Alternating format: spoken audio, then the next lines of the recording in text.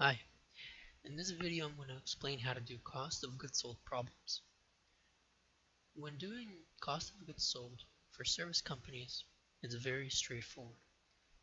All you have to do is just take the services that were performed, and that's what your cost of goods sold was. Essentially, it's expenses. It becomes a little bit more difficult when you start to work with manufacturing companies.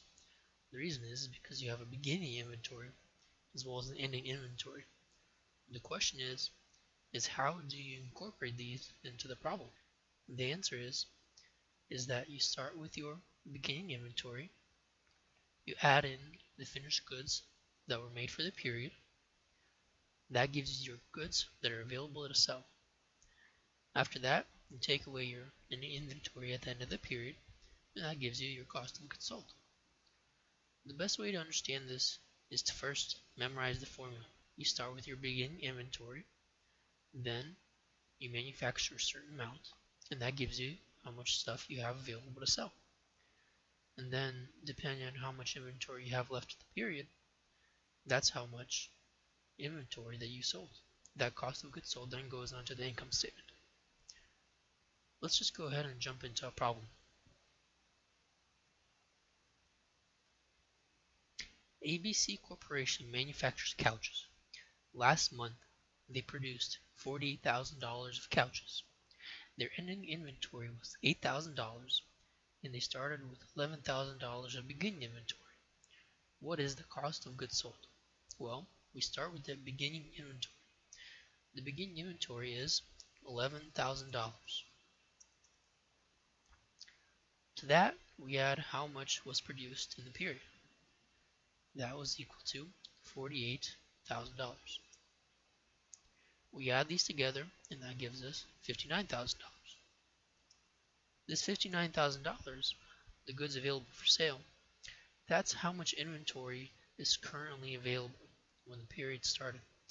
We have to account for that. Now, to get how much product was sold, we just subtract the ending inventory. In this case, it's $8,000. $59,000 minus $8,000 is $51,000. So our cost of goods sold is $51,000. For this type of problem, as unfun as it may be, I highly recommend that you memorize this formula and practice it several times. The more times that you practice this formula in this type of problem, the better you'll get. Eventually it should become second hand. The process is almost identical for retailers. So let's do a retailing problem. Lemon Mart is a fruit retailer. The inventory at the beginning of the month was $12,500. The ending inventory was $7,500, and the purchases accounted for $37,000. What was the cost of inventory sold? Or in other words, what was the cost of goods sold? Now, as always, we start with the beginning inventory.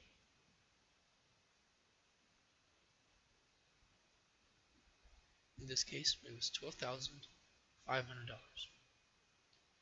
Now, the difference is that instead of adding in goods that we manufactured, we add in our purchases.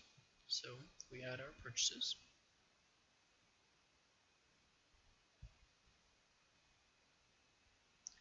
Purchases accounted for $37,000, and that gives us our inventory available to sell.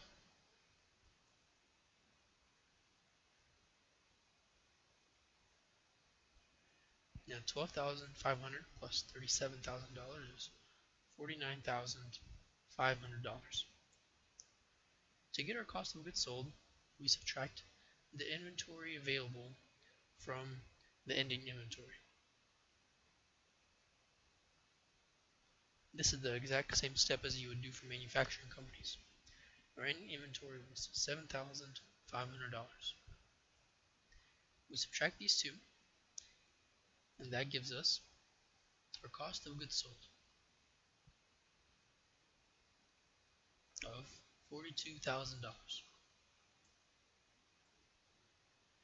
The best way to get The best way to get good at doing these problems is to do them over and over. Eventually you will just remember that you start with beginning inventory, you add in whatever you have to add in, whether it was purchases or goods that you manufactured, which gives you your inventory available to sell. From that, you subtract your ending inventory, which gives you your cost of goods sold. Great, thank you for watching.